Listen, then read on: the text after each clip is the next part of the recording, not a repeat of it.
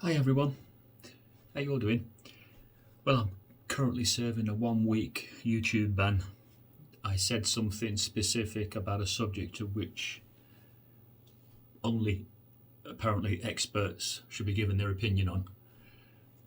If you're not qualified to give a professional opinion, then it's only an opinion, an independent opinion, but not a professional opinion. So we got me a YouTube ban for 1 week. Well, I'm learning this game. The do's and don'ts of what you can say on Facebook and YouTube. But if you go to, say, other platforms like brand new Tube, you can say a lot more on there. You've just got to be careful. If you're swapping from one to the other, you've got to make sure that you drop down your rhetoric or you drop down the tone. It's nice to be able to have free expression, and in fact it's a beautiful thing, but sometimes it can get you into a little bit of trouble. So I've got a few more days to go yet, and then I wanted to discuss the Anthony Morris video. Found it a bit confusing. I'll explain why. You'll see why I found it confusing. For me, it's like he was speaking with a forked tongue, because I can't help but think that at the beginning of when the pandemic started, I remember him specifically saying that it was definitely a conscience matter. But then he goes and heaps praise on that Bulgarian sister. Anyway, I just whet your appetite for and we'll get into it straight after this. So let's have a look at it together and let's discuss the finer points of what he was really trying to convey. Either I've missed something or I really am hitting the nail on the head with what I'm saying. You tell me. See you for now.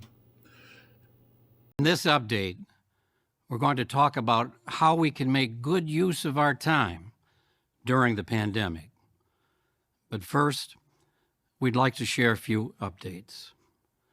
We're sad to report that as of December 10th, we have lost 25,658 brothers and sisters to COVID-19. Our prayers are certainly with all who have lost loved ones. Recently, the new Omicron variant has received a lot of news coverage. At this point, there are still many unknowns. Brothers and sisters, we don't need to panic. Keep following the same basic precautions that have worked well: wearing masks, physical distancing, frequently washing our hands, and getting vaccinated if possible. In the 2021 Governing Body Update number 7, Brother Loesch mentioned that over 80% of the worldwide Bethel family was vaccinated.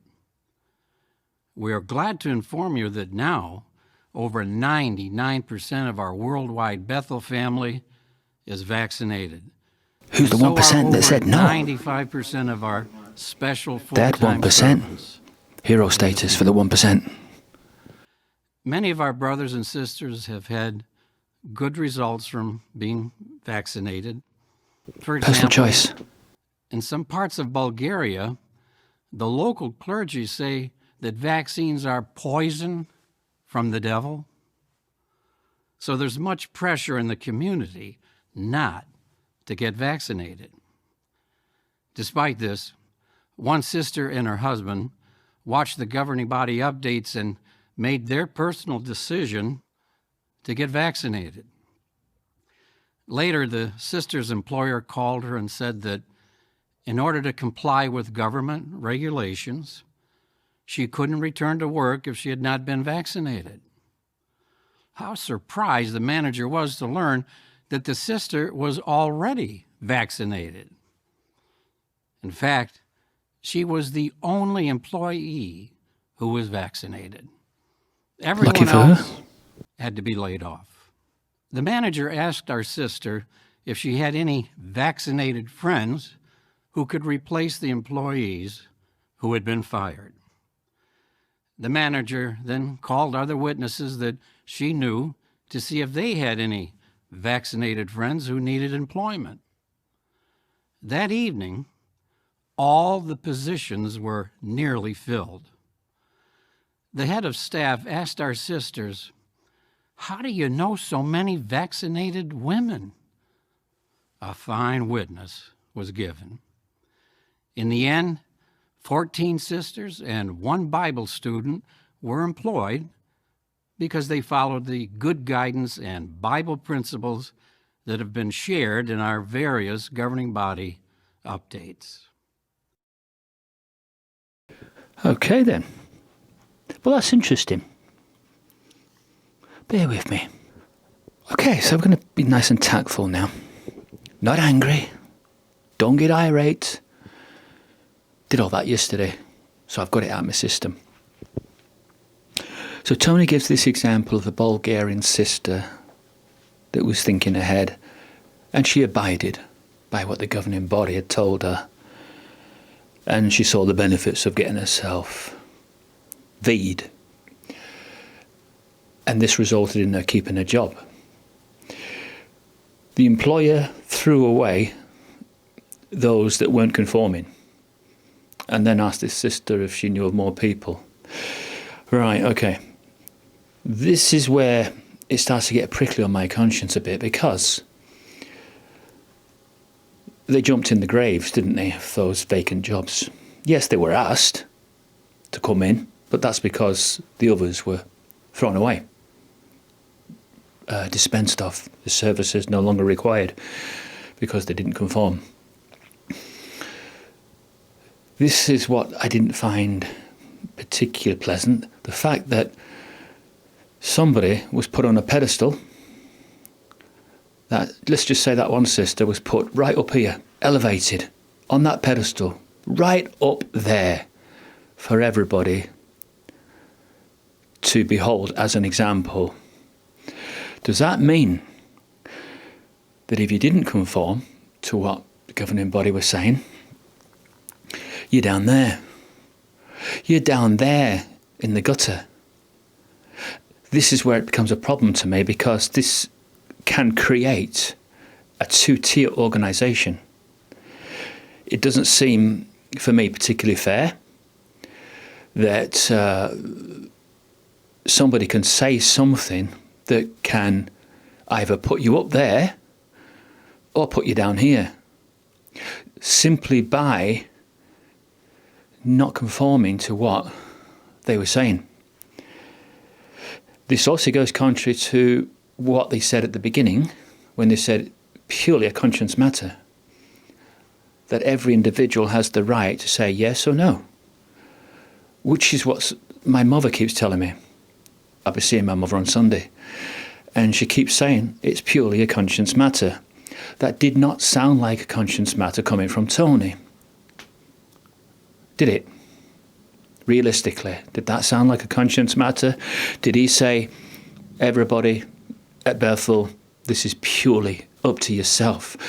No, he put weight of argument in praising those that abided.